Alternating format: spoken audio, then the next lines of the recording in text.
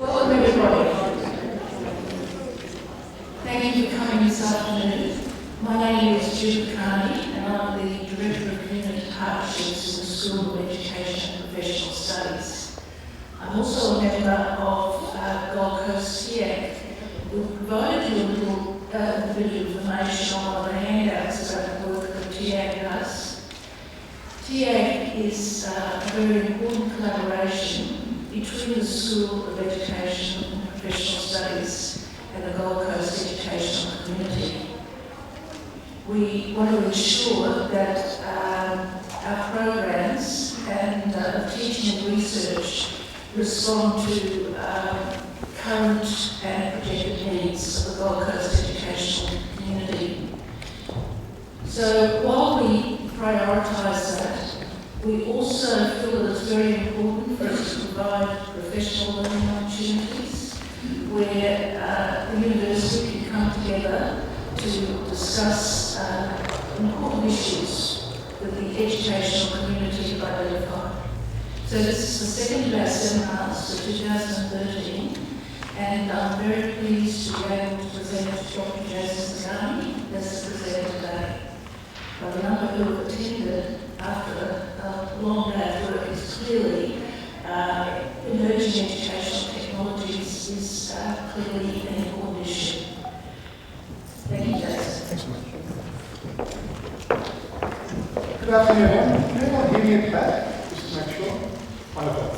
So, as said, my name is Jason Zagami and I work at Griffith University.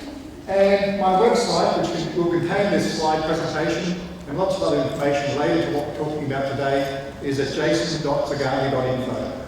So, rather than taking notes on that, you can get everything later on. So as said, I'm in the School of Education and Professional Studies over the bridge on our Gold Coast campus. And I do a range of teaching in a whole lot of areas, mostly related to education technology, and also research in that area as well. If you want to find out about those things, just go to the website and you can follow the links. I'm also an Apple Distinguished Educator, a Google Certified Teacher, and a HD Innovations in Education Mentor for Australia. I was the president of QSite up until this year. I'm still the president of the Australian College of Educators for the Gold Coast, and I'm now the journal editor for the Australian Educational Computing, which I hope you all read. Of course, that will also keep you up to date with what's happening with educational technologies. More recently, I've been involved in various curriculum developments. I led the writing of the IPT syllabus, was involved on the writing team for the ITS, and have been mired in the development of the Australian Curriculum Technologies curriculum document at the moment, which is opening up a whole new area of teaching around computing and technology in schools. But we're not going to be talking about that today. Today we're talking about educational technologies and some of the latest technologies coming onto the scene, and I've listed a few of those there that we're going to go through. Some of them in more detail than others, but giving you an overview. None of them in huge depth. Of course, we simply don't have time in a 1 hour session or 1.5 hour session with questions to go into any real depth in them. But I encourage you to do a master's or a PhD if you're really interested in getting stuck into the technologies involved. So starting off, Schulman came up with a model with any particular context. There was a set of content knowledge, which is sort of the facts about a domain of learning, and a set of pedagogical knowledge, which teachers in particular were really good at, how to teach that particular subject. But the fact was that teaching geography was quite different to teaching health and PE in terms of some of the approaches you might use depending upon the different content being taught. So he identified that there was an intersection where there are more appropriate uses of pedagogy depending upon what's being taught. And that was known as the PCK, or Pedagogical Content Knowledge intersection.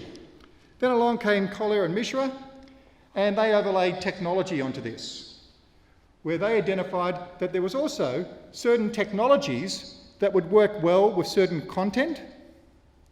Say, blogs were great for English, but they weren't necessarily particularly useful for mathematics. While spreadsheets were great for mathematics, but had limited use for teaching of English. So they identified that there was a certain intersection, which became known as TPAC, where the right technology was being used for the right content and the right pedagogical approach. Now today we're going to overlay that a little bit and look at the three areas I want to discuss. The first is technological innovation. Okay, that's the mainstay of what we hear about, to see what new technologies are emerging and how they may impact upon schools and education. But in that, there's also how to actually teach with those technologies, the pedagogical diversity, the increasing the repertoire of teachers so that they can approach the teaching in new and interesting ways to expand their approaches. Not to say that they get rid of some approaches, but they simply expand the approaches that they have available to them to go about teaching. And another area that I've become more and more involved in is learning analytics. This is analysing the data that becomes available from, in particular, learning technologies, and how we can use that data to help inform teaching and learning. So for each of the topic areas that we're going to explore this afternoon, I'm going to break those into those three areas: the innovation, the technological aspect, the pedagogical aspect, and unfortunately, because many of the innovations are quite new, there's not often a depth of pedagogical approaches that have been developed yet for these technologies, but certainly we'll explore that in some depth. And then the learning analytics, how we can use these technologies to help inform our practice by really delving into the data that becomes available from the technological use of these in the classroom. So there's those three, and they'll pop up in little circles in the top right-hand corner, just to give you a little sense. So first off, we're going to look at some of the boundaries of school-based learning. Now, I get to do a fair bit of stuff at university level now, and also I can recall and still get involved in what's happening in schools. But even beyond that, there's a whole lot of stuff happening in the workforce and outside of formal schooling itself that's going to have a big impact upon what we're talking about this afternoon. Of course, most of the technologies that we discuss were not developed for education, and certainly not for K-12 education, as their primary market. They were developed outside of schooling, and we're co-opting them and bringing them into education to see how they can be applied in this context. There's also the ethics of crossing these boundaries, particularly as we're going to discuss some technologies that can be quite intrusive. With learning analytics, we can collect an awful lot of data. There's a lot of discussion at the moment about Google collecting data, about the CIA collecting data, China collecting data, but teachers also collect data. We collect a lot of test data, a lot of demographics data, but new technologies allow us to collect even more data about students. And there are some ethical boundaries that we have to come to grips with as we explore these new technologies. A learning management system, as we're going to see today, can collect a huge amount of information on students. For those in EQ, the Learning Place; for those in other sectors, the various learning management systems you might use, Blackboard, Desire to Learn, Moodle, etc. Once students have been using that for a little while, there's a wealth of data there that can be analysed in very interesting ways, and we're going to explore that a little bit today.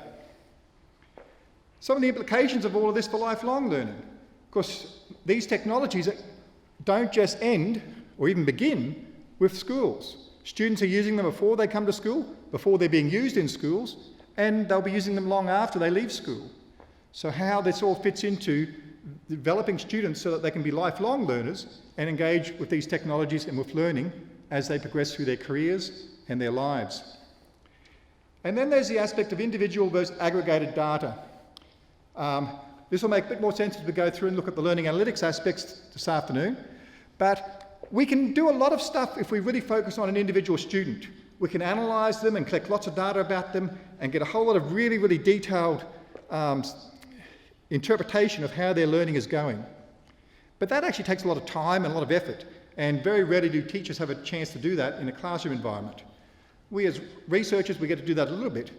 But once you start aggregating students and you collect data on all of them at once, you can start interpreting that data much, much more quickly, because you can average it and you can get statistical variation. So the actual specifics of the data don't matter as much as to getting a general feel of what the data is telling you about your class and about your teaching and about their learning. So there's pros and cons for both approaches, and we'll touch a little bit on that as we go. Now, as for questions, we're going to have a half hour of questions and demos at the end, and there'll be a mic that'll be brought around, and we'll explore that sort of exciting technology as we get to it.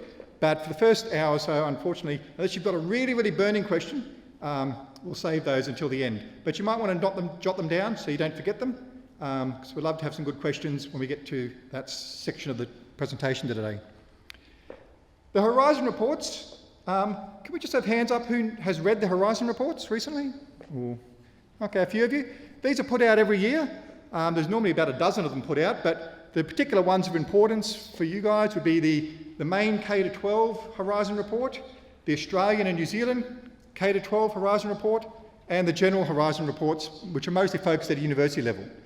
These try to foretell what are the main technologies that are going to impact upon schools or universities in the next 5 years. And they break them down as to what's the most important ones in the next 1 to 2 years, 3 to 4, and then out to 5 years. So they're great ways of keeping up to date with what's happening with educational technologies, and they're free, and you can even get involved in being part of the advisory board, where you go through a process, what's called the Delphi process, where we take experts from around the world and get them to have a discussion about these different technologies and come up with a consensus as to what are going to be the significant technologies in the next few years. So I've been involved in quite a few of those reports now, but I encourage you to have a look at those and stay up to date in that way. So our first topic is cloud computing. This has actually been around for a long, long time, almost from the very, very start of computing. We used to call it dumb terminals. We would have a computer screen, we'd have a keyboard, and that would connect to a mainframe which would do all the processing. And there might be a couple of hundred screens and keyboards attached to this mainframe, and all the calculations and processing was done remotely. Then we went through the PC era where we all had these desktop computers or laptops, and the processing was done on our local machines. But now we're moving back to the dumb terminal approach, or the cloud computing approach as it's more favourably called today, whereby you connect out and the actual software that you're using or the data that you're storing and manipulating is stored elsewhere. Now, some of you might have computer rooms at school that look something like this, but with cloud computing, they work on data centres and computer centres where they can sometimes have hundreds or thousands or even tens of thousands of computers in huge big banks, nowadays being more and more powered by solar power. Google actually has it all set up where they're actually in shipping containers. And as they need more and more, they just plug more and more into their huge grid. And they've got all of these data centres around the world processing all the computing power that we used to do on our desktops. Of course, it also has to be processed. And when there's tens of thousands of people or millions of people using Google at any one time, all of that is happening on these various computers. So cloud computing is where we shift it away from the actual local computers on our desktops and more, even from our local computers or our local server computers in our local organisations. Now, current statistics are about 42% of schools are using some aspects of cloud computing, and about 35% of K-12 IT budgets now being spent on cloud computing aspects, and they're getting an overall saving of about 20% on their overall IT spend. So it's making some savings. There are lots of issues around security and privacy, and certainly EQ has got a very interesting perspective on cloud computing, whereby they don't allow anyone to use any sort of cloud computing stuff if it's not, if it contains student data. But more and more government facilities are using cloud computing. The military is using it. It's becoming much more robust. And it has a whole lot of particular advantages. The first is, once you start doing it in a networked environment, you can collaborate easier. You don't have to worry about saving it onto a flash disk or a CD and hoping that someone else has that and they've got the right version of it and they haven't lost it, or when you archive it, you haven't forgotten where you actually put the CDs or the flash disk or whatever else you've been storing things on. So once you've got it on the cloud in a storage environment, it's generally easy to share that and to collaborate. Some of the more recent things, such as Google Docs, you can share and collaborate on the individual documents, where you can have multiple people writing the document at the same time. Microsoft's moving their Office 360 to the cloud as well. So the reality is that if you want to keep a desktop-based, localized office environment, it's going to become increasingly difficult to do so. But other things are, you can have conferencing. Okay? When you're doing things live, you can actually then talk to the person that you're editing with, or you can set up some video conferencing or some chat conferencing, and work collaboratively on documents. File storage is a great one. Griffith went to a cloud-based email system, the Google email and Docs environment for students year before last and for staff this year. One of the main reasons was students kept filling up their email boxes, and then they couldn't receive all the emails saying your assignment's 6 weeks over date and you're about to be expelled because their email accounts were full. With cloud-based storage, because it can be scalable, and large organisations such as Google can simply add on more and more storage facilities as they need to, those issues tend to disappear. There's also the issue of virtualisation. This is particularly common with the Amazon web servers, where you can set up a virtual server or a virtual desktop environment, and just like with the dumb terminals, you connect to it and your screen becomes the screen of what's running on that computer many, many miles away. And so you don't actually use any of the processing or data storage on your actual local machine. It's all done remotely. And many universities used to use that before the main aspects of cloud computing became more common, where you would log in and your screen would superimpose over your desktop screen, and you could then access your work accounts and your files and all the rest. Nowadays, those with things like Google Docs and other cloud-based services, virtualization is becoming less common unless you're actually managing a server or doing something remotely that can't, at the moment, be directly connected to via the internet. Processing power is a big one, particularly for startup companies where they have a great idea and they build up a great service and then suddenly find they're getting hundreds of thousands of people connecting and their servers keep going down. Well, with the Amazon Web Service and other cloud-based things, you can simply just say, okay, we need more and more services. And as you need more, they simply provide those services at a cost, and it then expands to however much capacity you need. So, again, for schools, not so much of an issue because you generally know the capacity that you have at the particular time. But if you're, running a particular sporting event and unbeknownst to you, suddenly all the parents decide to get on at once and it crashes your server, those sort of things can still happen in our current environments. So scalability of processing power in particular is very important. And then you've got the whole issue of multiple platforms. We used to just have to worry about the desktops. Now we've got the desktops and the laptops and the netbooks and the tablet devices and mobile phone devices, all of which need different interfaces to the material that we want to interact with. And managing that yourselves, either as a local organisation or intermediate organisations such as the state-wide systems and so forth, is becoming more and more of a hassle. But when it's served out to these cloud computing companies, they tend to take care of all those issues and make a much more seamless interaction with your websites and your learning management systems and all the rest that's involved. And finally, there's been a little bit of talk about private cloud computing.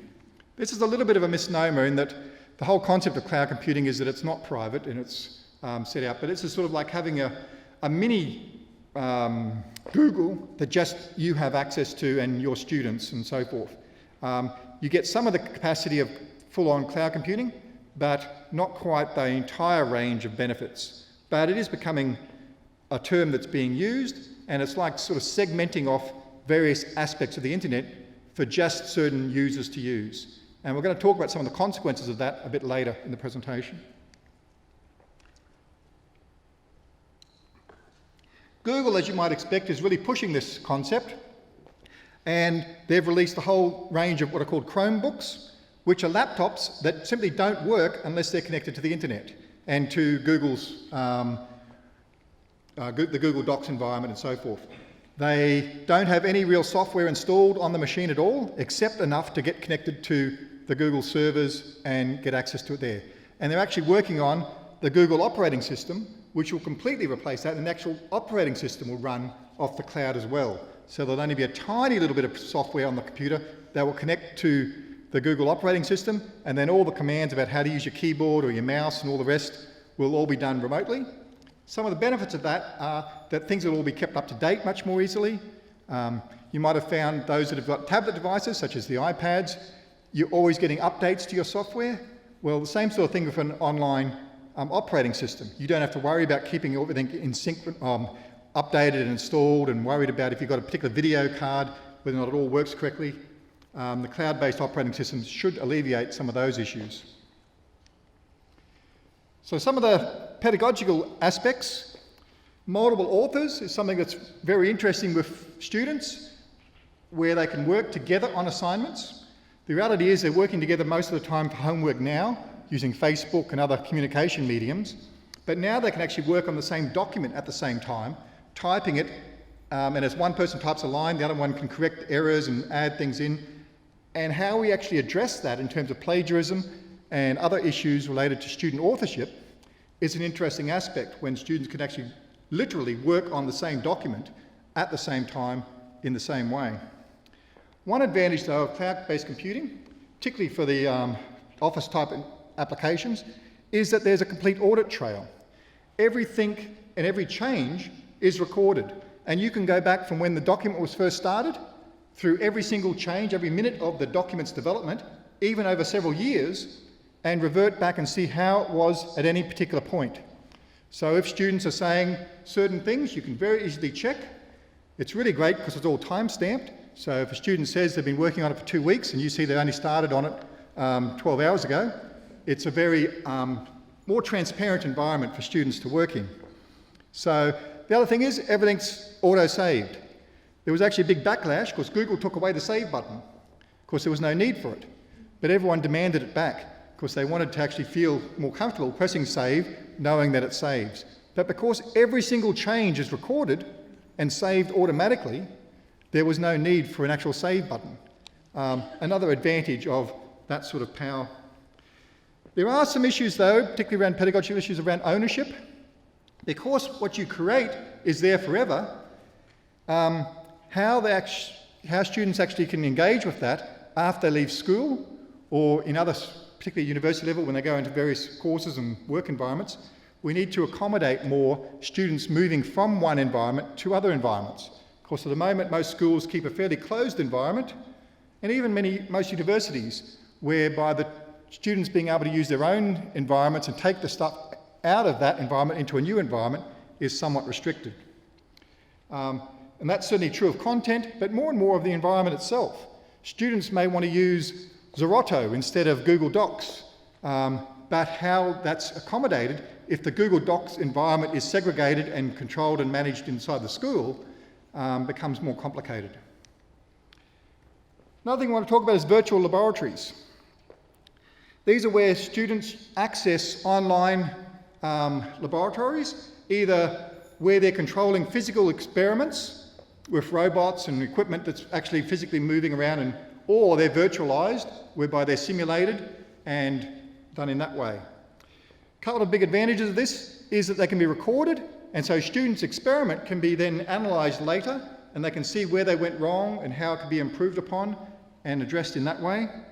They're often linked to leading research centres, whereby the students can then contact and be engaged with the actual scientists or engineers that are working with those. And of course, you're not then limited to the physical laboratories and workshops at the school. Students can access these outside of school time, and particularly for primary schools, as we now have increased expectations around science education in primary schools, and also very soon around technology education, being able to access these virtualized environments can provide some ways of addressing that. Now, of course, there's still a need for some physical hands-on manipulations of things, but that can be done for some aspects, and then the really complex stuff, such as the genomics project done with, I think it's at UQ and Melbourne University, where you can actually be manipulating gene sequences and all of that with the actual scientists and using the same sort of environment that they're using. The students can get access to that. Another one down in Tasmania, the Marvel one, which is looking at marine systems and marine ecosystems and analysing what's occurring there. Again, the same systems the scientists are using, but they're making available for students to use and to learn from and engage with. But also things such as 3D printing. Not all schools have got access to 3D printers, but there are plenty of 3D printers available that are connected to the internet, and there are whole companies set up whereby you can submit your designs and they'll print it off and then email it, or not email it, transport it to you. And so, same sort of thing can be done.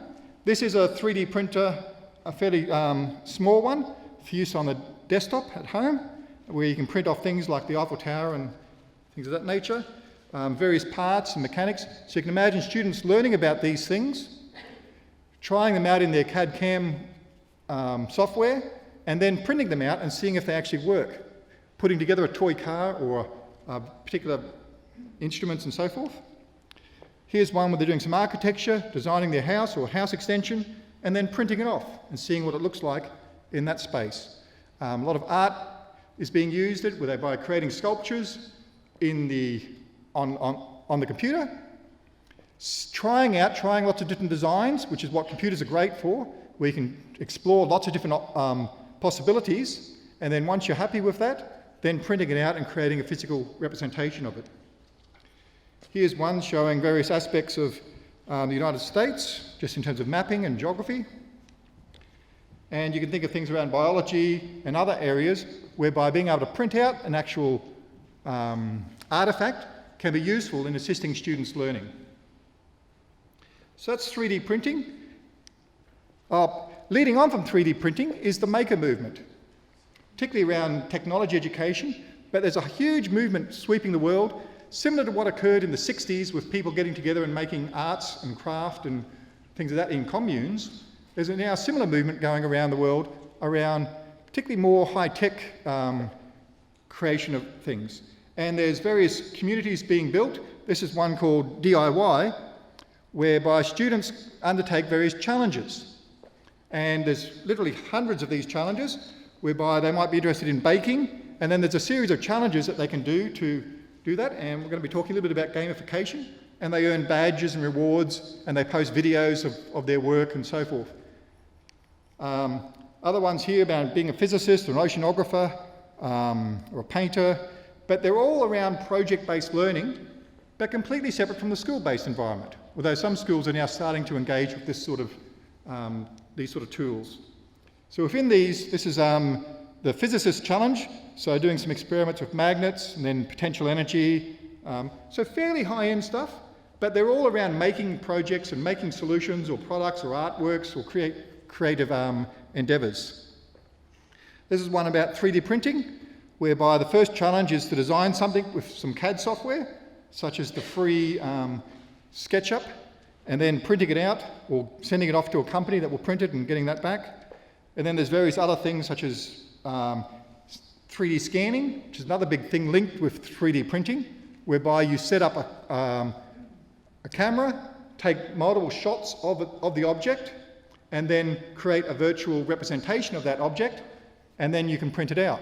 So if you've got a favourite heirloom or a vase, you can then scan it and then print it out. Although students are doing it a lot, or kids are doing it with toys. Of course, we tend to pay an awful lot of money for relatively expensive plastic models, which are very easy to scan and then print. And a lot of the toy and model making companies are quite concerned about this movement, because particularly for those that get involved in collecting these figures and models, they can be sometimes several dollars each, and students can then recreate them, share those designs online, and then have everyone printing them off at a much cheaper rate. So similar to, some of you might remember these sort of badges, but these are gamification before there was gamification with the scouting movement, where we would earn badges for completing challenges and activities. And that has been adopted in lots of ways on the internet and various aspects of computer gaming at the moment around badging. But it's simply a way of rewarding students, just like gold stars or smiley faces on their assignments, etc., but being done in a much more systematic way now, whereby students can get a whole series of badges representing their body of knowledge that they've achieved. So this leads us into the concept of online learning. Of course, we do a lot around recognition of student learning, but generally only recognising what we want to recognise about their learning. Not all the learning that students might be doing that we don't consider particularly important at the moment. So First thing, a couple of stories about I led a few study tours to the US recently. In Vancouver, it's actually compulsory that it's compulsory for every school to run some online courses, but it's also mandated that if you've got a student in your school who wants to do a course that's offered in another school, even if it's just down the road, they have to be allowed to do so. They stay in your class, they stay in your school, but they study online with the teacher that's down the road. So you can imagine there's a bit of a competition arising around the teachers that are more popular. So if you know there's a really good physics teacher that works in school X, and you're the physics teacher in school Z, which may not be quite as popular as school X, you may find your students literally leaving your class to study with teacher X, even though they still may be sitting in your class. So that opens up a whole range of different issues around online learning in our school environment, but the Canadians seem to be working that through, or at least in Vancouver, fairly well. In the US though, there's actually states where it's compulsory that students have to do a percentage of their schooling, this is high school, online. Much of it is around cost saving at the moment, but it's an important trend that we used to think of online learning as simply an option, whereby some students would like to do it and some wouldn't and so forth and things like that, but it's now being made compulsory in some areas. And there is an argument too that since a lot of university courses are now being offered online, including whole degrees in many, many areas, that actually giving students some preparation and understanding of what it is like to study online could become a very important part of K-12 education. And of course, you're probably all aware of Khan Academy with their 4,000 odd micro lectures, which are simply video tutorials where Khan, being a very personable tutor, sits in front of a camera and simply talks through explaining how he does particular problems. And students around the world have found that incredibly engaging, and it's been incredibly successful, and he's now garnered a lot of grants and money to help expand that, and he's now doing a whole lot of other interesting things around computerised assessment and things of that nature, which will be added to the Khan Academy.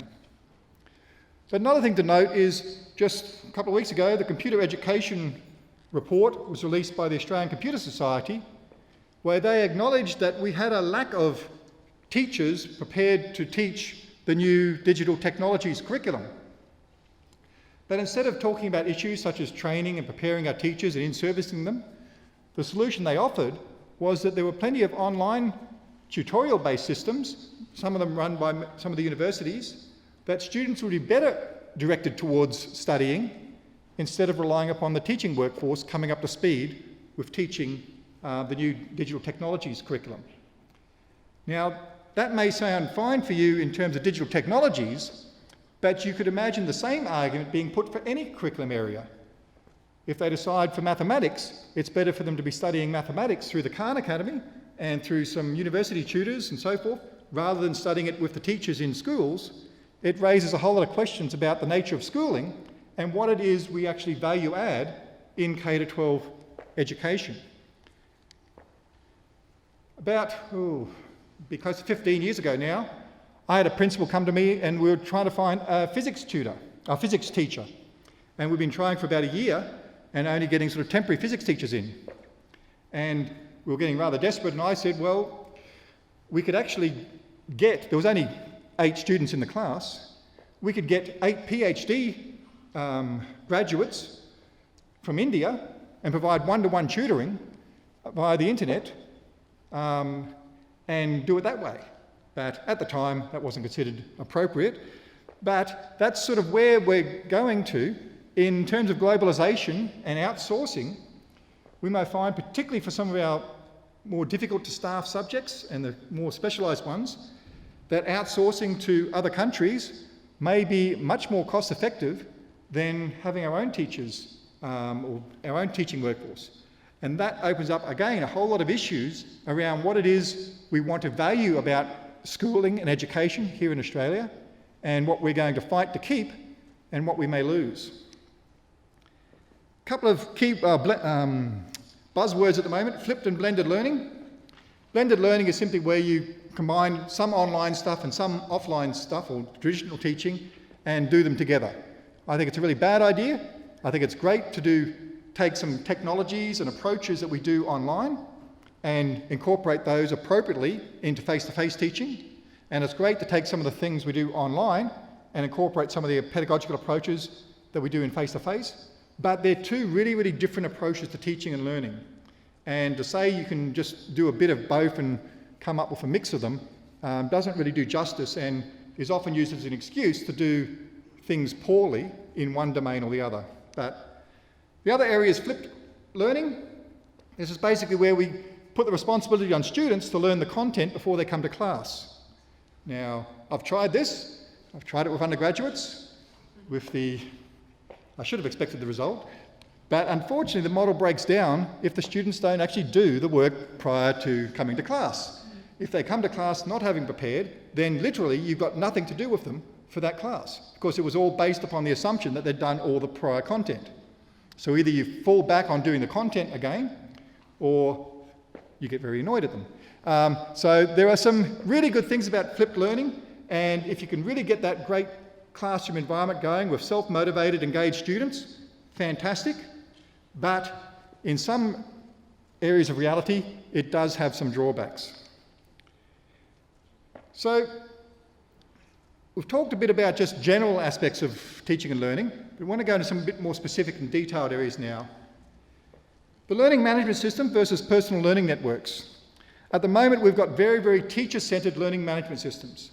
I call them student-controlled systems. They're really simply about controlling what students can see and what they can do, and in many cases what teachers can do and what teachers can see. They've got very, very little to do with the actual learning process. And what aspects they do have with the learning process tends to be very poor. It tends to be very, very directed, instructional-based learning. None of the learning management systems have managed to really incorporate constructivist-based learning or other pedagogical approaches that we tend to have been trying to focus on until learning management systems arrived. Then we started going backwards. We started going back to PowerPoint and teacher-directed instructional-based learning. So learning management systems can be a really, really big problem if they're used as they were designed, which was designed for corporate training modules. Luckily, those students are engaged with learning, despite our best efforts, and they tend to be using a lot more social media. So most of your students will be at home using Facebook to communicate with each other and work together to do their homework and assignments and so forth, much more than they will using your learning management systems. There's a reason for that. These social media-based environments are ones that they have control and engagement over. And if you take on board the concept of student-centred learning, then that's where you should be focusing attention. Engaging students with the tools that they want to use, the tools that they're going to continue to use after they leave your classroom and your school. They're not going to be keeping Blackboard on their computer, even if they could, because you're going to kick them out of Blackboard once they graduate. And engaging them with the tools that are going to be their lifelong learning tools as they continue through their careers. This does have issues around privacy, it does have issues around control and engagement, but if we want to get back to that student-centred control environment where students are engaged with their own learning and managing their own learning with support by teachers and the education system, then learning management systems tend not to be the way to go. That said, they are getting a little bit better. They're developing what are called APIs, which are ways to interface with the social media tools, because they've read the writing on the wall. They've seen that students aren't engaged with the learning management systems. They only go there to get the content that they're forced to get when it's only contained in the learning management system. And so they're building ways, the Tin Can API, which is emerging from what's called the SCORM format, whereby different tools could talk to each other. So your learning place or your Blackboard environment or your Moodle or Desire to Learn could talk to Facebook, to Twitter, to all the other social, Instagram and all the rest of the students are using, and have communication between the two. The other aspect about learning management systems is platform resilience and reliance. A lot of effort has been put into the learning place here in Queensland. A lot of effort went into the Ultranet in Victoria. The Ultranet collapsed, partly because of a union ban, but also just because it was poorly implemented and executed. But it's now sort of being let to die, and literally millions and millions of dollars have been spent trying to set that up and get it going, and it's now a complete white elephant. The Learning Place is having its own little difficulties at the moment with budgetary constraints here in Queensland. But even tools such as Blackboard and Moodle and so forth, you become completely reliant upon a company. If the company doesn't do what you want, then you're really stuck. At the moment, I'm really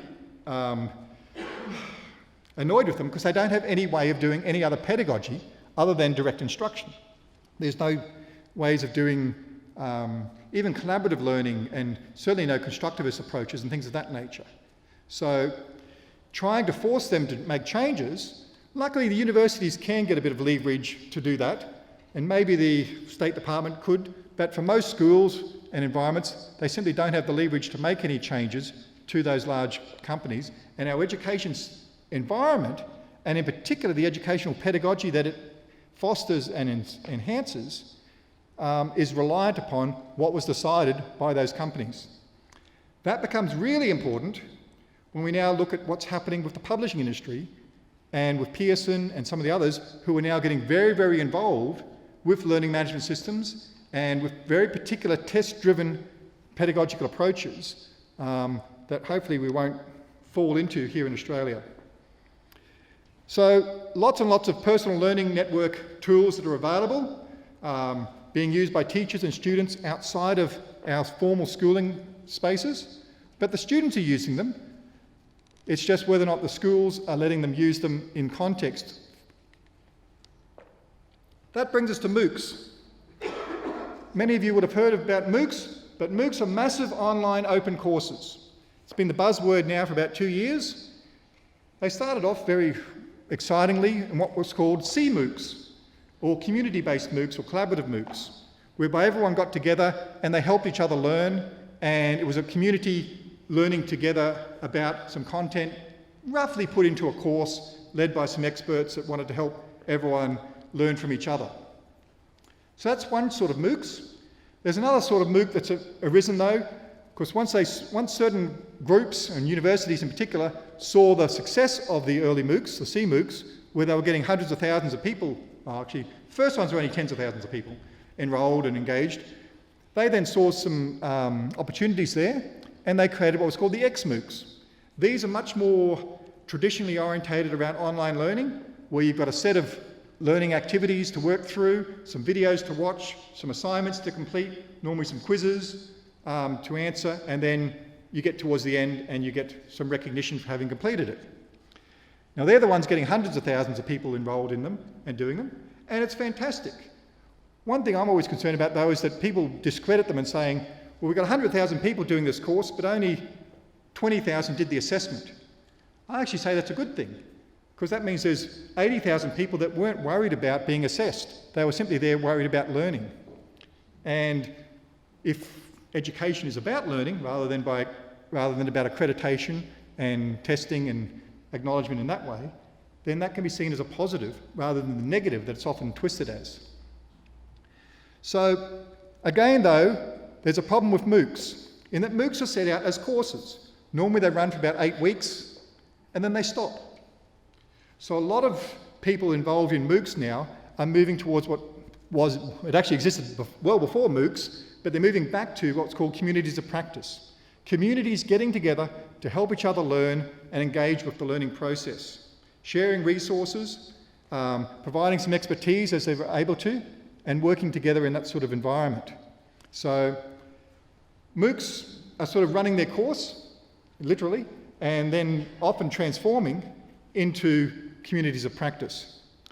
But the big players in the area, the Pearsons and Blackboard and so forth, are now moving into this space and developing much more institutionalised MOOCs, and often with a very strong profit-driven agenda around buying textbooks that go with the MOOCs and so forth. All the things I've said though about learning management systems and MOOCs and everything else does fly in the face though to one area that I'm actually drawn back to them. Of course, in a really tightly managed environment, you can get some fantastic data about your students.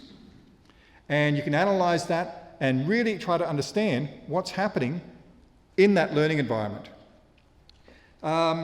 There's one tool here called the Social Network Adapting Pedagogical Practice Tool, which will allow you simply to put in your course. This uses Blackboard or the Learning Place, things like that.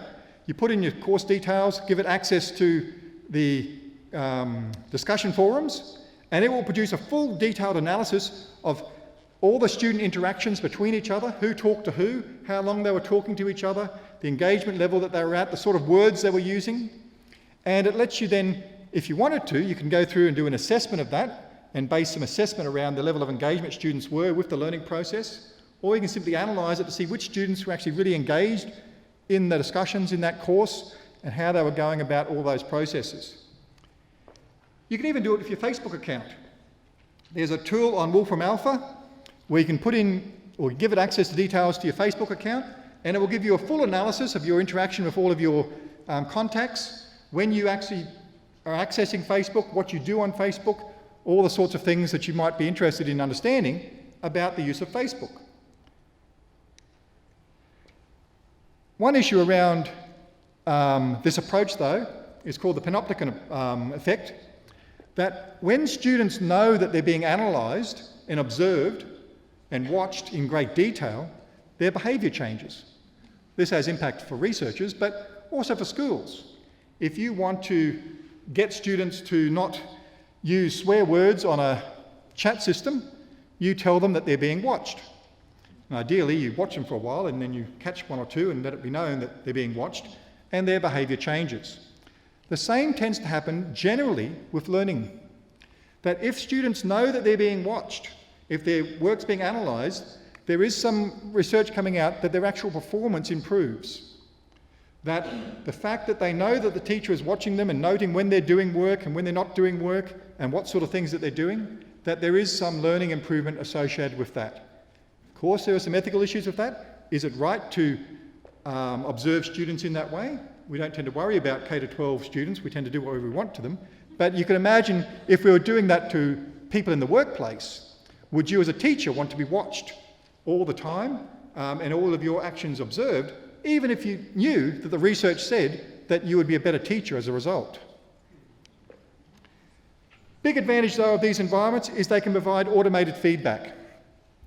Particularly with MOOCs, when you've got hundreds of thousands of students, you've got to have automated systems because you simply cannot effectively or efficiently address all of their things. We also know this as assessment, but the idea is we can target and make dynamic the assessment.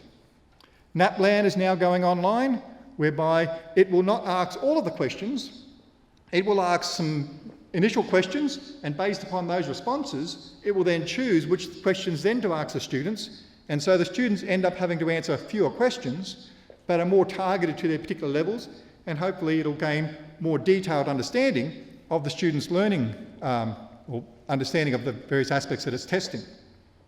So that sort of targeted dynamic assessment can be important. Also allows us to do peer assessment, whereby if you've got thousands of students using a system, you can show off some assessment to those thousands of students, and they can make judgments upon their peers, and if you've got enough of them and you get over the effects of them knowing the person that they're assessing and modifying it on that, then it can be a very effective way of doing assessment.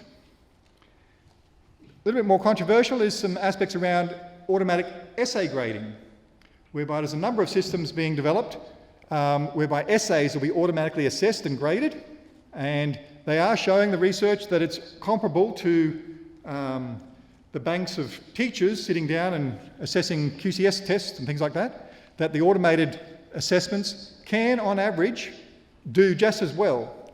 They still have the same problems of outliers, but our current systems with banks of teachers doing the same sort of thing also have the same problems of outliers. So there is some efficiencies that may be able to be gained through essay grading. But the other big one is feedback analysis. When you've got thousands of students, or in the case of our large systems, tens of thousands of students doing these things, then you can pick up a whole lot of detail about what works and what doesn't work for certain students. I was having a big discussion last night about the computer the computer competition held at the University of New South Wales. But they've now been going for 10 years, and they provide detailed feedback on every single student's question and the answers that they come up with. And now that they can analyse that, they can learn a huge amount about what are the sorts of things that students get wrong and misunderstand and misinterpret. So one aspect of collecting all of this data means we can then do that analysis and help inform our teaching practice as about what things should be more focused on over others. So I alluded to a little bit before about publishing. E-publishing and iBooks and so forth have been a big thing. iBooks are about to be made available on to Apple laptops and PCs soon, so that'll help alleviate some aspects about that. But because it was proprietary, it did have some issues around distributing things as iBooks. A lot of schools are looking at teacher-published texts as a way of distributing information to students, but of course then you've got all the issues of copyright and other things that teachers haven't tended to have to worry about, but particularly once you start making things digital, it starts becoming more and more of a concern and a potential problem. Certainly the publishing companies think it's a big problem, and they're moving into that space and trying to restrict in some ways the distribution of published text. But companies like Apple have been sort of a groundbreaker in this, providing a platform whereby teachers can produce work and distribute it out to the world, albeit with some constraints. Academic publishing is also facing a big issue around that, but I won't go into that today. But the big thing on the agenda at the moment is the integration of your learning management systems with the book companies, whereby the textbook you have will have a course that will be able to plug into your learning management system that will direct students in terms of how they go about learning, provide all the testing involved, provide all the integration with the textbook, and basically take the teacher out of the equation. Big issue in the United States at the moment, but it's coming here to Australia very soon as well. So when you've got students then becoming reliant upon the learning management system, and all the activities are built in and locked in, with little opportunity for teachers to manage and modify that, then it again raises the whole question of the purpose of the teacher in the classroom and our roles. Other technologies around learning analytics with these sort of techniques, being able to analyse reading time. You can do this with ebooks, how long students took reading that page, or reading that sentence even in some cases, their reading rates and those things. So great for diagnosing students with difficulties with reading. There's ability to incorporate eye tracking, so you can actually then work out where students are looking and how long they're looking at different things. If you're always worried about why students never read the particular notices that go home, you can use eye tracking to identify, okay, they're all ignoring that particular section from the principal. They're reading the other bits about the sports and things like that, and no one's actually looking at the principal's message. So there's a whole lot of things that can be learnt from that sort of approach. And just in the last week or so, there's been a study where they've actually been measuring pupil dilation, and they've been able to link that with cognitive processing. And by using a camera, looking at the student as they're reading and working on their work, they're able to measure brain activity in terms of the frontal cortex, in terms of the processing, and get a measure of those students that are learning the material and those students not learning the material. Just needing to rush real quick. Okay, open context's a big thing at the moment, whereby we make things open and without putting constraints on. Griffith's doing that through iTunes U. St Hilda's is doing a lot of good stuff around EPUBs and iBooks with that. Open learning is becoming a big thing. If you ask most students how they would go about learning something new, they would say they would go to YouTube. They would look for videos on it, they would learn about it that way, and then they would approach how to actually learn it in other ways. Reddit is another big one that's used a lot for social learning.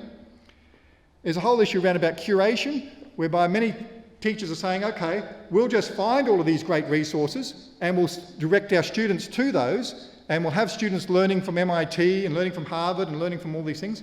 That sounds great in theory, but once you're doing that with everything, and the homeschooler parent comes along and says, well, I can do all that, what's the argument for actually sending students to school? What's the value add being attached to the school-based approach? My particular spin on that is that we provide individual support, and the key necessity for that is that we allow teachers the time in the classroom to provide that support. Now, in order to achieve that, it means we have to get away from direct instruction. If students can do the instruction on the computer or in the flipped classroom thing before they come to school, then the focus of the classroom time can be on providing that individualised support. In my last 3 years of teaching, I wouldn't have spoke for a class more than 1 or 2 minutes. I used to pride myself on not having to speak collectively at all to my class. So I could spend all the time going around individually to the students. Because all the instruction that was provided to the whole class was more easily digested by the students by a quick little summary when they got to their computers.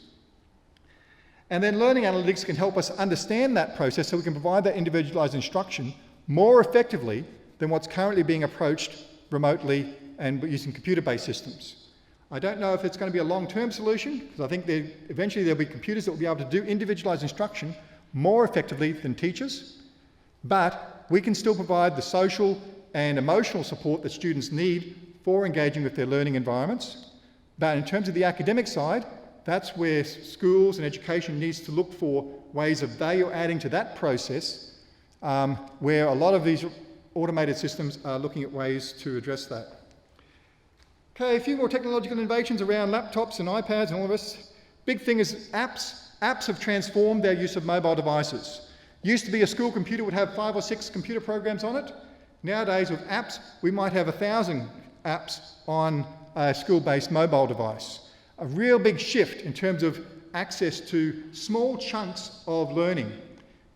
For a while we were calling these learning objects, and the Learning Federation and now ESA had huge collections of these which the government spent millions upon and which teachers tended not to use. But Apple came along and the mobile devices, and we produced all these little apps, many of which are little self-contained learning activities that students can engage with. The price points are dropping dramatically. In India now you can get tablet-based devices, just like the iPad, not quite as powerful, but for around about $30. Okay, so the price is dropping hugely in terms of that. Realistically, it's at least $100 now, but the price is dropping. Okay, so apps providing lots of little learning objects. Big issue at the moment is microtransactions. Of course, a lot of these apps rely upon a model whereby the user pays small amounts on an almost constant basis. Now that doesn't fit in well with the school-based environment, particularly if the school is managing and controlling the environment and having to pay these little microtransactions. Of course, you tend to say, no, you can't have any microtransactions. But that's where bring your own device and bring your own technology approaches can tend to overcome some of the difficulties in centrally controlled and managed use of these personal devices.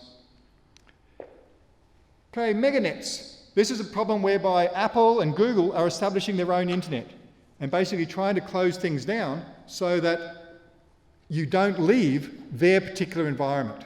That doesn't sound too bad until you realise it's a long-term trend, and they're actually shutting down some of the service that used to cross over between networks, such as RSS feeds and things of that nature.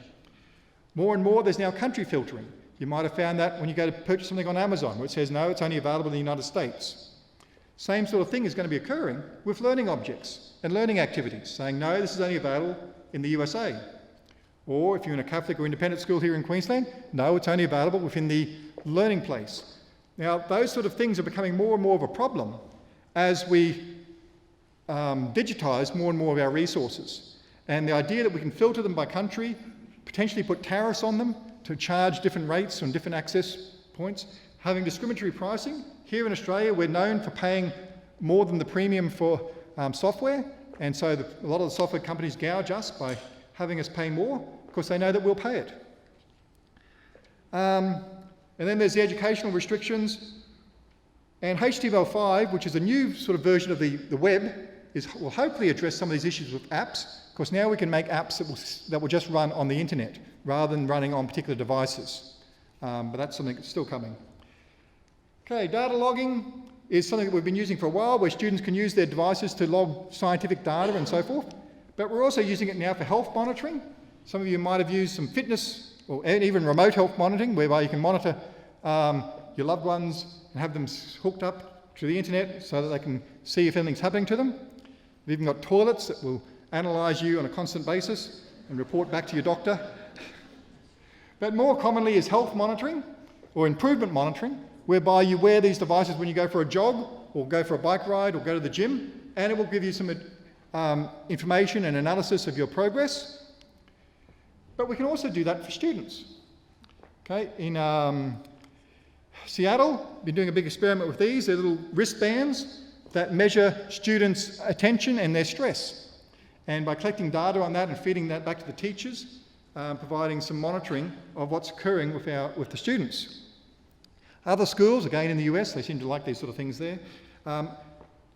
All the students wear little chips, and it tracks where they are at any one time, and they monitor their progress around the school environment. Activity monitoring has been fairly popular, whereby the teacher can sit at a screen and see all the screens from all their students at once, and see if they're actually on Facebook or doing their assignment, etc. Came a little bit of a problem with that when one slightly overeager technician noticed that students were doing the wrong thing, but they were actually at home when they were doing the wrong thing, and didn't quite realise that monitoring them when they're at home might not be a particularly appropriate thing to be doing, and the implications of what that could entail. All of this is around providing more feedback to teachers about students' learning, and there's a whole hierarchy of when it's appropriate to provide that feedback and when it should be done. Unlike NAPLAN, which we get the feedback to the students several months after the learning has occurred, and tends to be too late then. I won't go through this all on learning analytics. You can come to the slides and have a look at this a bit later, but it just goes through some of the details about what we can use learning analytics for and how to approach it. A couple of the other technologies. Ooh, I'm well over time. Big thing about in schools is screen real estate. We tend to restrict students just to a single screen, but at home and in the workplace now, at least we're using multiple screens, and in some places, lots and lots of screens. Interactive whiteboards have been around for quite a while, but now we've got interactive surfaces coming into some of our schools here on the Gold Coast. But again, there's still only 3 or 4 people using it at any one time. In the not too distant future, almost every surface in a school will be covered with some sort of screen that we can interact with. This is the Minority Report, but there are lots and lots of these in development, whereby we can interact with various surfaces through various projection technologies. Hopefully we won't quite get to the stage of Star Trek, where we put all the students in little pods and have them learning away like that. But there's a lot of technology available in terms of interaction. And really quickly we're going to run through them. This is location-based learning. Augmented reality is becoming a big thing. Things such as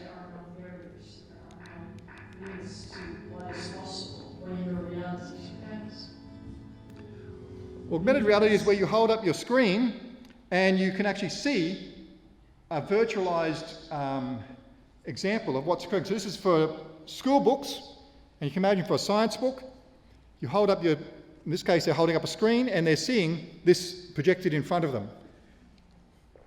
So that's where you can hold up some body parts and put it on yourself. Here's one where you can put it around on different arms and sort of see it all happening. So a great way of learning about certain things. This is a little one being done at, I think it's BMW, puts on these goggles, approaches the engine, and superimposes all the instructions on how to actually go about doing the task, showing them which screws to undo, how to go about actually going about what parts to put in there, and taking them through that process. So in terms of training, a potentially effective technology. Here's one for in a classroom, whereby the teacher wears the goggles, and above each student is whether or not they're getting it right or wrong, or whether or not they've got questions. These are the sorts of devices you can get now, little glasses, plug into your mobile device, and then you can superimpose information on your audience. I've used this little Loxy camera for quite a while.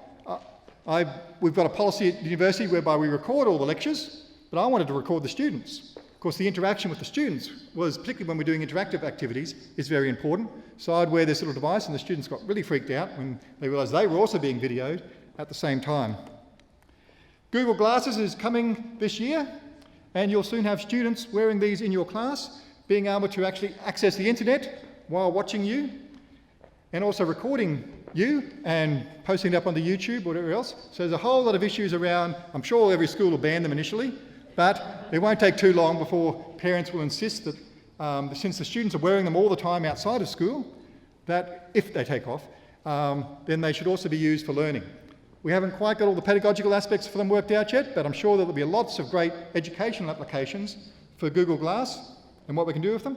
And if you thought that was bad, soon there'll be contact lens-based equivalents, where students will be wearing these. They've already been developed, and seeing information superimposed as they're looking at you. Virtual reality. I've been doing virtual reality with my students for 25 years now. This is way back at St Hilda's. This is the new Oculus Rift, which has just come out, or about to come out, and you can wear these and get a virtual reality environment going. Problem with these is, though, that yes, we can wear these devices, and we can then see see our screens, so we don't need to spend money on the actual screens and things like that. But the interaction with those screens is somewhat difficult. Using projected keyboards, this one we actually project from your chest onto your hand and so forth. That can be used to help alleviate that problem. Motion capture is the latest big technology. It's been in movies for quite a while now, but now this is the Kinect system. Many of you might have used Kinect with your Xboxes, but there's also ones being done for the Wii and things like that, whereby it captures your movements. This is the, I'll demonstrate it at the end if we have time. I'll do it now.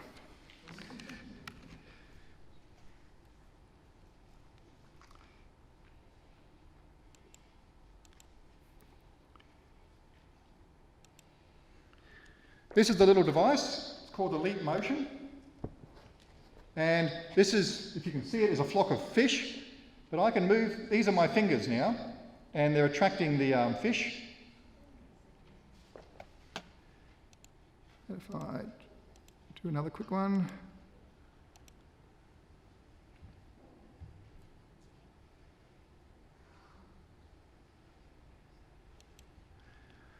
Okay, so this is the skull, and I can simply move it around, and if I come in and,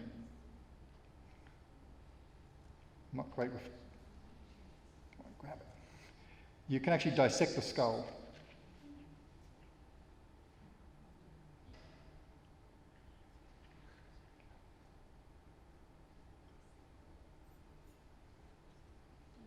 Okay, well you get the idea, and you can pull apart bits, and so students can wear the goggles and the glasses and still be interacting with the software in a fairly engaged way. Still quite new, and they're still developing what applications are useful for this. Holographic telepresence is being developed for Skype and things like this. This is done by Microsoft, whereby you'll have 3 cameras watching you, and then when you're in Skype, it'll actually look as though the other people are sitting in the room with you. Telepresence is a big one, whereby in the US they've been doing this, where this particular robot moves around the school and the student controls it from home. Okay, we won't watch it, but they had a show on Big Bang Theory whereby they had the same thing with the telepresence. This is drones. These are what teachers might do. You can actually control these with your iPad, and it will fly around, and you can do your playground duty from sitting in the staff room, setting out your drones to identify where the students are doing the right and wrong thing. Finally, just really quickly, been doing a lot of stuff with gaming, virtual worlds, Second Life and Quest Atlantis for a fair while, but now been doing a big project around gaming. The use of computer games in schools is the latest big new thing. We know that students are using computer games all the time at home, and we know that they're learning a huge amount from them through their play and the challenge-based and the reward-based systems inherent in games, the levelling that's associated with games, the zone of proximal development where games always set the next challenge just beyond the student's capability, the creativity that's inherent in games and engaging students, the risk-taking, and where students can take lots and lots of risks, far more than they can take in a school-based environment, the rapid problem solving and prototyping approaches that they can do, the various simulations that they can engage with. There's ones for teenagers, for pets, for going on holidays, for going to university, for buying an apartment, for going out to a nightclub, for going on their first date. All of these are simulated and they can go through. Here at the university we're using Sim School, whereby we simulate a classroom environment, and we have the pre-service teachers go through using this environment, and provides great learning analytics because it's all about interpreting the data about the students and understanding them and tailoring the lessons to suit the individual students. Got a big project going underway over the next 3 years called Serious Play, where we're studying about 20 schools in Queensland and Victoria about how they're introducing games into the classroom. And we're looking at 3 areas: using games, analysing games in the terms of the critical aspect of use of games, and then making games. I'm doing a big study at the moment on use of secondary worlds, whereby students in their readings and so forth engage with these fantasy worlds in their minds, be it Star Wars or Lord of the Rings or Hogwarts, and they imagine themselves in these places, and there's a whole lot of learning that can be transferred between that. And when we have computer games, that learning can be actualised, whereby students can much more really move around these virtual worlds and actually engage with them as they would if they were imagining being in the Lord of the Rings or at Hogwarts or so forth. And there's various levels associated with that. The idea of the secondary worlds is taking the learning that occurs in the imagined world and transferring that into the real world and vice versa, because we know that it's engaging students.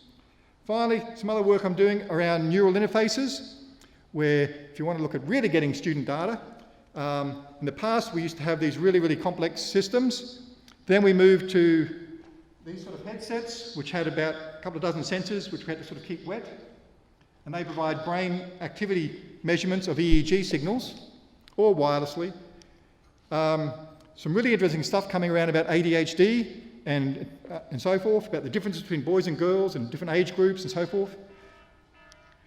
The big one is around alpha and theta signals, and where they swap during early adolescence, and how that has huge dramatic impact upon the student brain, because there's really fundamental changes happening in their brain at a really, really significant level. But we don't have time to go through that.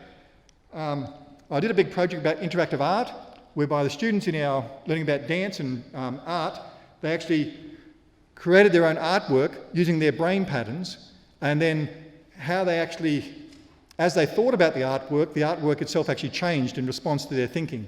So it was a quite interesting little experiment. The latest version coming out at the moment won't involve wetting and so forth. They'll just be little bands of plastic that students put on their heads, and it will wirelessly transmit.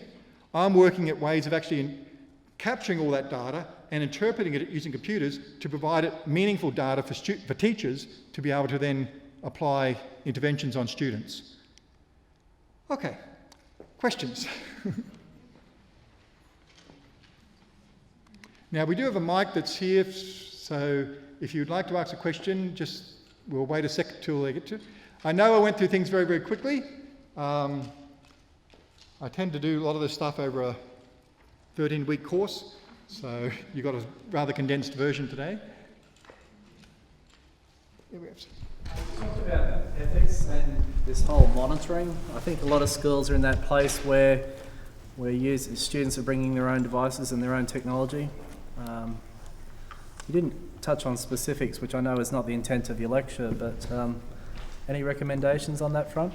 Okay, in terms of them bringing their own devices and the ethics around that? No, advice as far as specific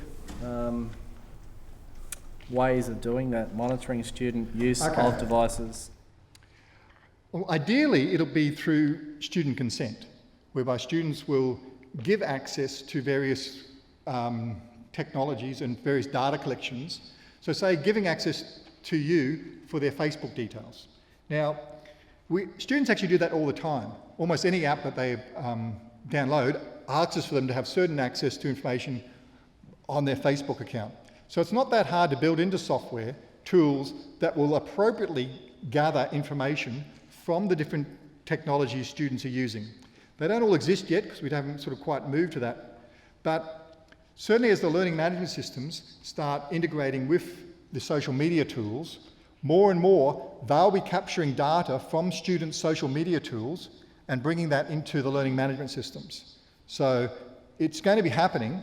It's just At the moment, we're sort of constrained into using the learning management systems to enable that to happen easily until other entrepreneurs create the software that will allow you to gather all that data. Of course, the data's all being collected at the moment. It's not being made available to teachers.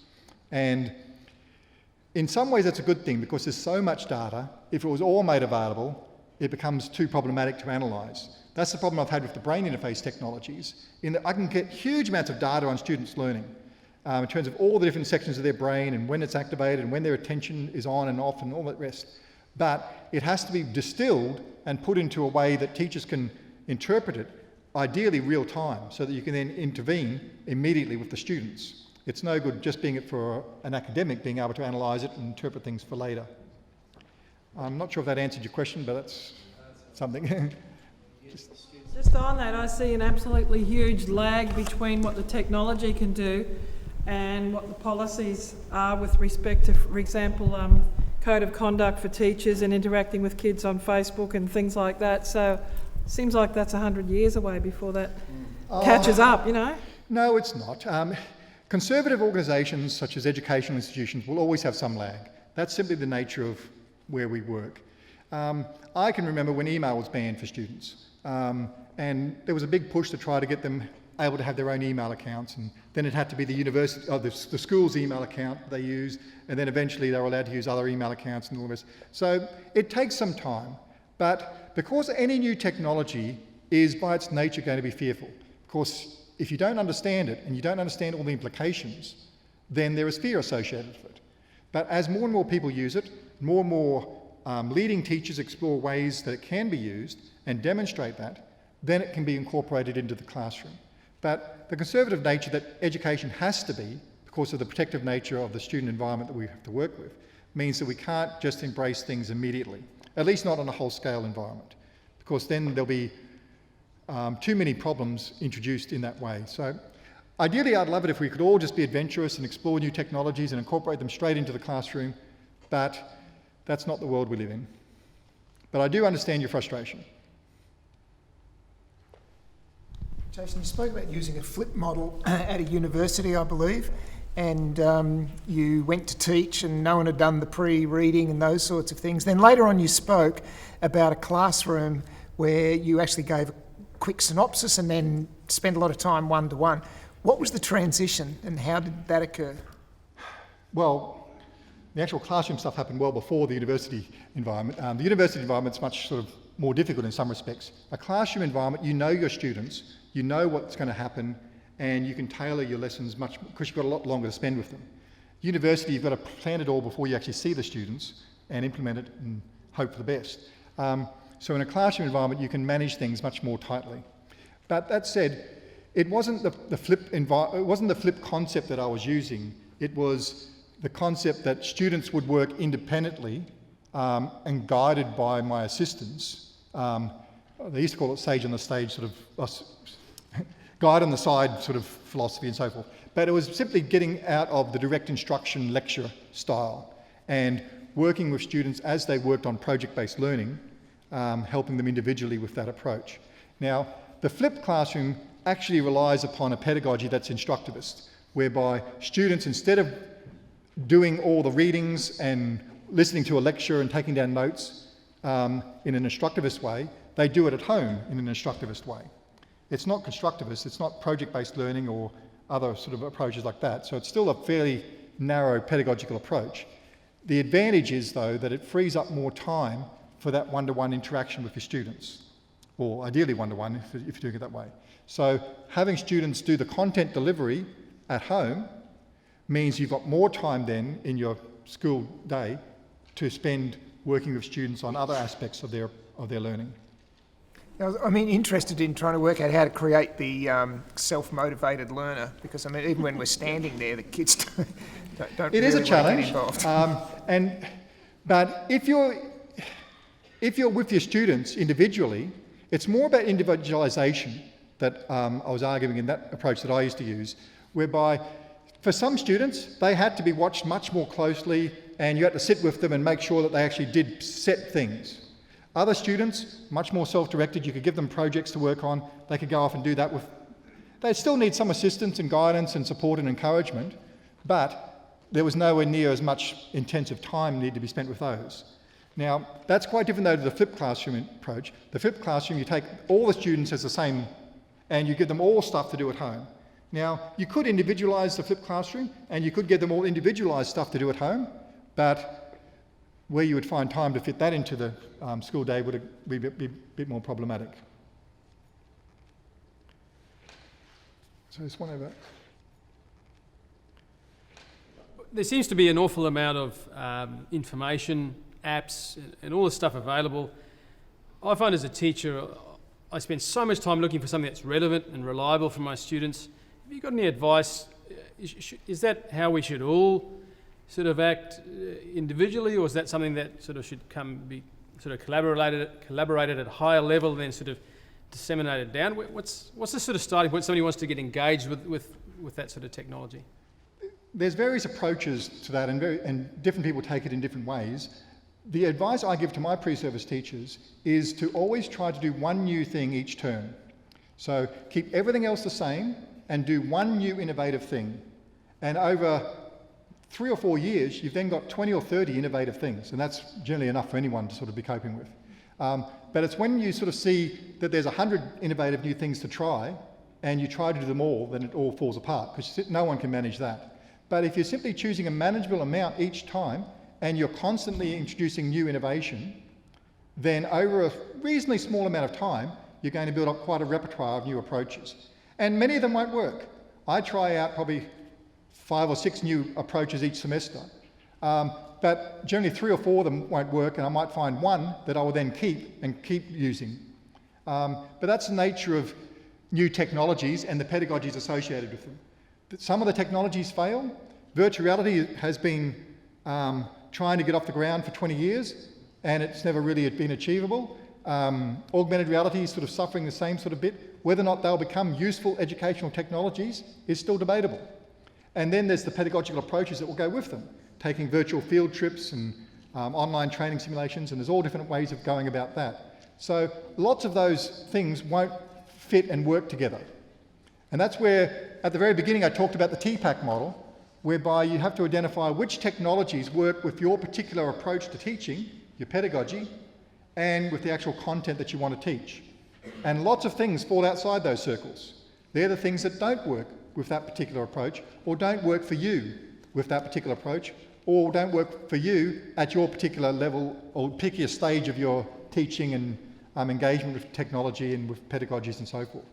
So it's very movable and very changeable, but the advice I always give is to keep introducing things slowly.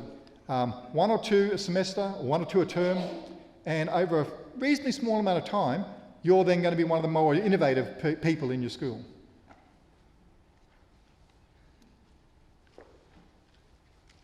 Yep. I would take that one step further and say you've won a term. I think there's far too much out there I think you almost need to say 1 a term, share 1 a term so that you're sharing with a colleague, and then share with a larger group 1 a term. I think then it becomes a collaborative exercise where we're learning together. Absolutely, and there's a whole aspect of professional learning and professional development and personal learning networks that are being explored, and how best to actually share that learning process. It's a big thing that we don't tend to think of as much as we should in education, is the process for teachers learning. Here in teacher education, we do tend to focus on it a bit, but most of our effort is on undergraduates. But teachers, particularly in the area of educational technology, have to be learning constantly and in very demanding ways. Everyone knows the busyness of many teachers' workplaces and work lives and home lives, and finding space to effectively and efficiently introduce new technologies is always a challenge. And there's lots of theories and research happening to try to alleviate that. But I tend to find professional associations are a great way, because then you're in a supportive community of like-minded teachers. But beyond that, personal learning networks, going online, actually using some of these technologies, but using them for your own learning and for your own purpose, outside of the classroom initially. Teachers are actually one of the more difficult groups to actually get using technology other than for specific purposes for their students' learning. Of course, teachers, when you think about learning, you always think about, okay, how is this going to be effective for my students to learn? less often do you think about how is it going to be effective for my own learning. And to be actual learning leaders and models of learning, teachers should firstly be thinking about, okay, how do I best learn? How can I best engage with new things, new technologies, new learning? And then how can I model that as one approach for my students? Okay, I think we probably better wrap it up there. Unless there's any other questions?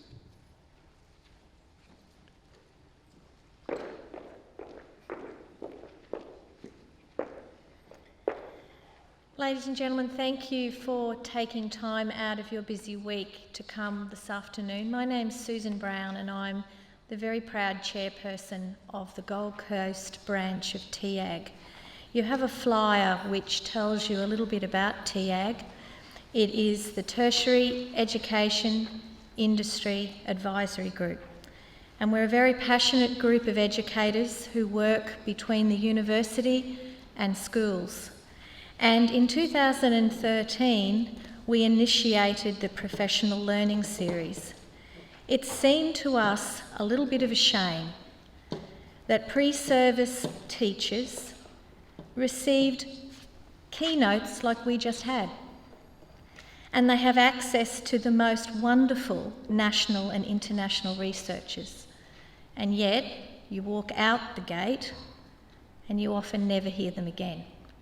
It doesn't mean that we don't read the research of Dr. Jason Zagami, but isn't it so much nicer to hear it? Isn't it so much more wonderful to hear the passion in his voice when he speaks about what's coming? So we started this professional learning series as an initiative this year, and for that reason I'm going to ask you to fill out the feedback form, because if it shows that this is something that the Gold Coast educators value, we can do more of them. If you would also write down the KLAs, the topics, the interests, what you would like to hear, please write it. It's on question 6.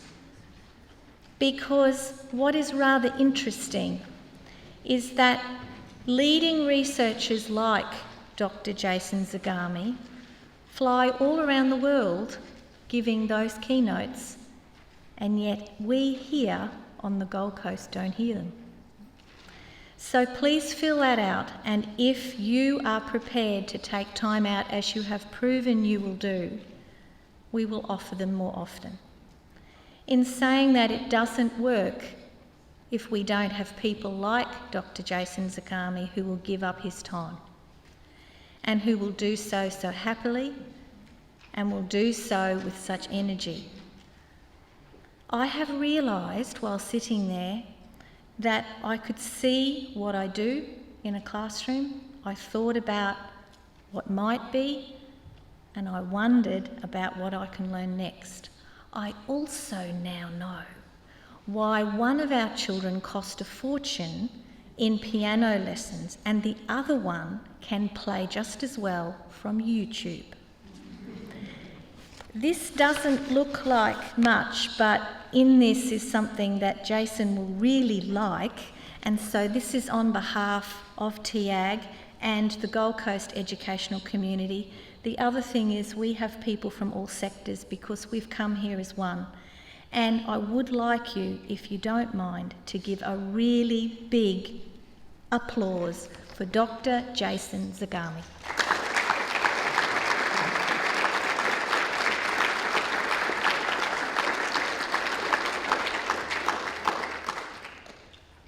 Well, thanks everyone. So that sort of brings our presentation today to a close. If anyone wants any individual questions with me, please feel free to come forward and ask. I was going to demonstrate a few more of the technologies, but we ran a little bit short of time.